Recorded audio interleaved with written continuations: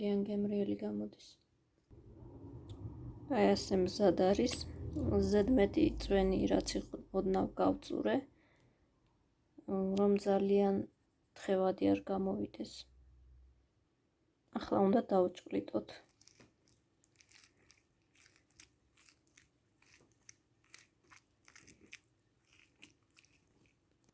ამაში ვამატებ აი ასეთ მარილს. მაშინ მინერალებია ბევრი. როცა კერძი საერთოდ მზად არის, უნდა დავამატოთ ეგრეთი მარილი, მაგრამ მოხარშვის დროს ვამატებ აი ასეთ მარილს. წვანილი უნდა დავჭრა და დავამატო. მე ვამატებ შავ პილპილს. ვამატებ ნიორს. მზად არის, ამაში შეგიძლიათ ნიგოზიც დაამატოთ.